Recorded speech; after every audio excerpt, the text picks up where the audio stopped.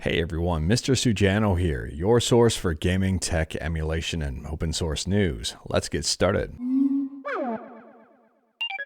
Alright, we'll kick things off talking about Nintendo DS emulation with NooDS, and NooDS on Android just got a brand new update. So as of the latest update here, they've added in on-screen control vibration and layout settings. Now at the time of filming, this update has not hit the Google Play Store, but if you wanted to check it out yourself, you absolutely can. It's 100% free, it's open source.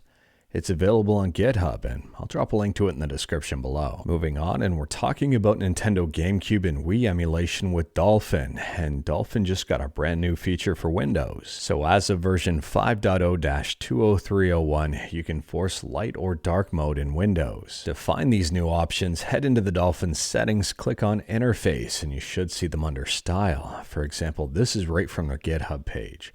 This is the before under user style. You don't see light and you don't see dark. However, here is the new update.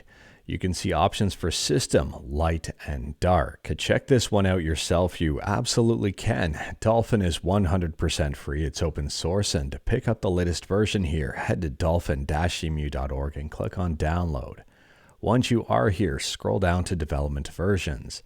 At the time of filming, the latest version is 5.0-20303, but there may even be a later version by the time you're seeing this video, so pick up whatever the latest version is for your operating system of choice. Remember here that these changes specifically that we talked about today are for Windows. Moving on, and we're very quickly talking about the brand new PS5 Slim, and Dave 2D already has a teardown of the new console on his channel. I'll drop a link to it in the description below, and I do recommend checking it out. Interestingly enough here, it has been rumored that the PS5 Slim SDD is a little bit slower than the standard PS5. But Dave did some very crude testing and didn't notice much of a difference in loading time. I'd be lying to say I wasn't looking forward to seeing some in-depth testing between the PS5 Slim and regular PS5 in the near future. And taking a look at this video, the chipset is a little bit different. Not the CPU and GPU, just some of the other chips, for example, the SSD stuff.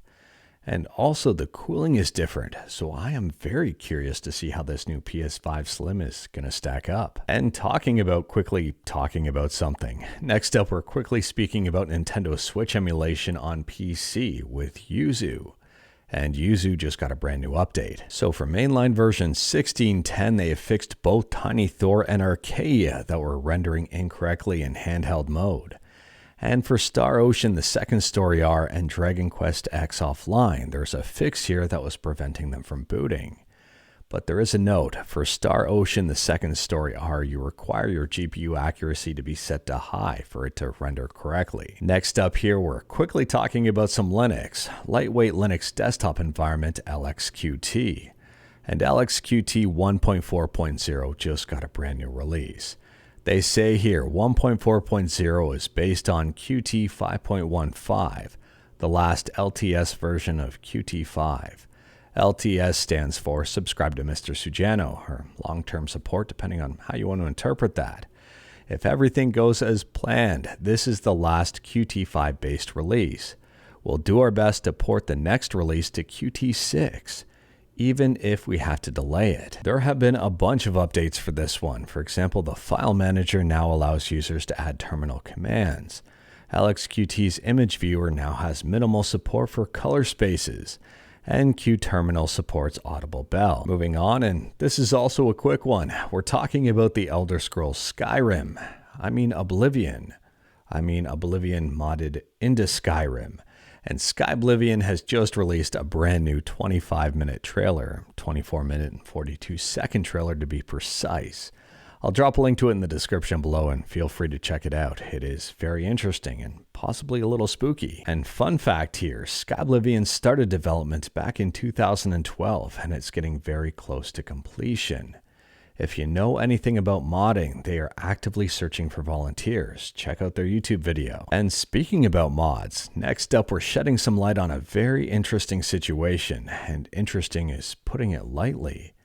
It involves Angry Max, and Angry Max had a YouTube video, a tutorial on how to set up Super Mario Sunshine online. and it was flagged for violating YouTube community guidelines for dangerous or harmful content. Now, this is unfortunately not the first time YouTube tutorials have been taken down, and I don't know if YouTube flagged it based on automated systems or if someone flagged it for YouTube, maybe possibly someone like Nintendo. Angry Max went into some detail here to try to figure out what exact guideline he violated, and he wasn't able to come up with anything, and understandably so. I'll drop a link to his video in the description below and feel free to check it out. Miraculously, he got a response from YouTube and they said they're going to pass this along for another look. I'm hoping this all gets resolved. I took a look at the guidelines and couldn't figure out what he violated. It didn't make any sense to me, and I'm hoping at the very least we're going to get some clarity here. Next up, we're talking about a brand new NES Homebrew game. It's called Dude the Deck Swabber. It's available over on itch.io, and you can play it in your browser or download it. I'll drop a link in the description below. So Dude the Deck Swabber is a puzzle game. There are 40 different levels in total, and you've got to clean each individual room. Each room is a level. He's a deck swabber. If you are interested in this one, it might be fun if puzzle games are up your alley. And speaking about itch.io, last up we're talking about Pikmin, which someone has ported, kind of, to the Game Boy Color.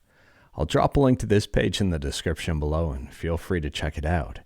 It's a demake here and it's very interesting. There are some tweaks. For example, in this version of Pikmin 1, the developer has introduced a unique twist to the gameplay. Now Nectar serves a dual purpose.